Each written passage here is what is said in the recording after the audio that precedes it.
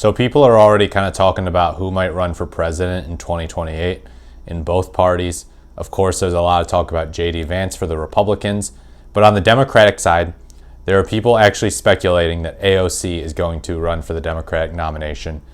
She will be 39 years old that year. This is an interesting article from The Independent, though. Trump official says, do not underestimate AOC as some insiders push for her to lead Democrats. A former member of Trump's administration has warned fellow Republicans not to underestimate AOC, as the liberal congresswoman is touted as a possible contender to lead the Democratic Party.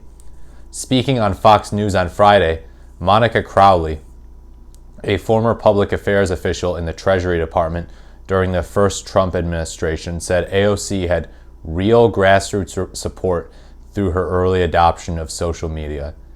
Yeah, that is kind of true, and she pulled off something massive when she unseated Joe Crowley in the 2018 primary election for her House seat. So, she can win. The question is, how well can she win outside of her district, outside of the state of New York, in the swing states, Michigan, Arizona, Pennsylvania, Wisconsin? How well can she convince swing voters? The Democratic Congresswoman, 35, is known for her leftist stance on multiple issues. In the ongoing aftermath of the party's historic defeat on November 5th, many insiders have reportedly floated her name to lead the Democrats into 2028. Party members have been impressed with her ability to cut through the BS and tell it like it is, as one Democratic strategist told The Hill. So yeah, she's kind of got that to her. She also does have a tendency to, I guess, she has shifted to the center a little bit.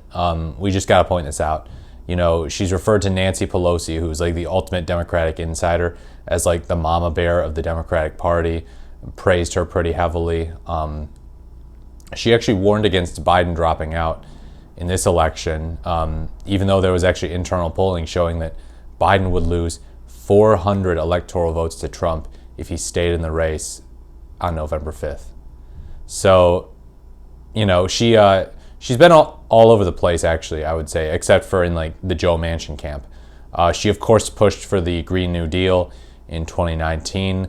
That got voted down in the Senate. It died, and it did kind of make her a laughing stock on the right. I remember all these right-wingers just reading the Green New Deal, laughing at it, mocking it. But hey, it's helped her get her name out there, for better or for worse. Republicans know her, Democrats know her.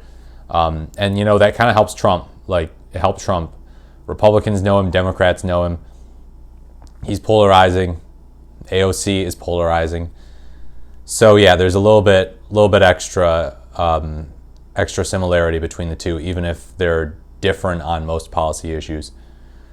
Crowley said that although she believed AOC to be wrong on everything, the New York Congresswoman was an earlier adopter of social media. She's connecting to voters. Just a word of warning to the Republicans to my party: do not underestimate AOC. She's young, she's vibrant, she's attractive. I think she's wrong on everything, but she does have grassroots support, and all of the energy and activism in the Democrat Party remains with the revolutionary left, of which she is part. I don't know. Bernie Sanders certainly could have done better against Joe Biden in the 2020 primary if that were the case. Remember the Super Tuesday walloping that Bernie Sanders suffered. So I just don't know. Back in 2020, I was convinced that being super progressive, as progressive as you can get, is a way for Democrats to win, like FDR. But now I see there's a lot more nuance to that. I feel like AOC would definitely be hit or miss as a candidate. However, not all agree with Crowley's assessment, even with the Democratic Party. Political analyst Doug Schoen, speaking on the same segment, said the choice of AOC as leader could be a disaster. Most Democrats don't want extreme left-wing politics, Schoen said. I believe the Democratic Party needs to move to the center on cultural issues and on fiscal issues and be more disciplined. AOC represents the opposite, and I think if she runs, it would be a disaster for the party, and I think her chance of getting nominated would be nil. So, let me just give my assessment of that. Let's compare her to Kamala Harris. See how well she would do in 2028 compared to Kamala Harris. Let's just assume that the economy improves a little bit, but not a lot. It doesn't crash. People are generally like, okay, I feel whatever about Trump. His approval's like 47%, which is actually kind of good for him, because normally he's down in like the 30s. But let's just say people are like, she's up against Vance. How well would she do? My guess, she wouldn't have to deal with the criticism of not having enough policy specifics because she'd have gone through a primary, unlike Kamala Harris, and she just talks more about policy generally. She's going to talk about a lot of economically populist ideas.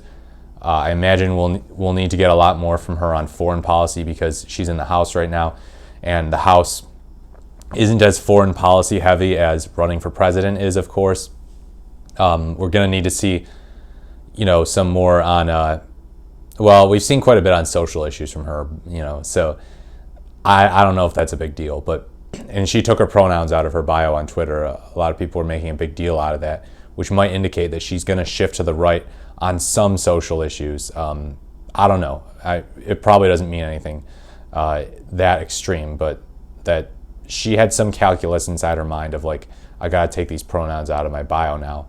And coincidentally, it happens to occur right after Trump wins the election on November 5th.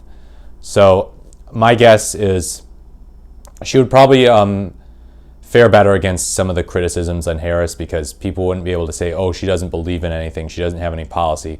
Now, I think those criticisms were kind of unfair on Harris, but they were a little more well-founded. She's got more policy. She's not like, what they would call a communist. Well, they'll call her a communist and a socialist, but strictly speaking, she's not. She would have to deal with some accusations of inexperience as well. Remember, she's still just in the House. Usually it's people who are in the Senate or people who are governors who run for president, with some exceptions. So there'll be people like, hey, she doesn't have enough experience. She's just been in the House. Like, she's not a senator. Barack Obama was a senator. A lot of other people, like Mitt Romney was a governor. Hillary Clinton had a ton of stuff on her resume. But then again, Donald Trump had no experience. So it's like, hey, she's got more than him when he ran in 2016. So yeah, why not? I don't think she would have to deal too much with that problem in the general election. Though I wonder if in the primary, Democrats would just stomp her out right away because they don't think she's electable and they don't think she's experienced enough. But yeah, I think she'd do better than Harris. I don't know if she'd win, though. It kind of depends. It depends how the mood of the country is, how well the Republicans do in these next 4 years. But yeah, let me know what you think in the comments. Please leave a like, comment, or subscribe if you found this video interesting. As always, thank you so much for watching, and I will speak to you in the next video.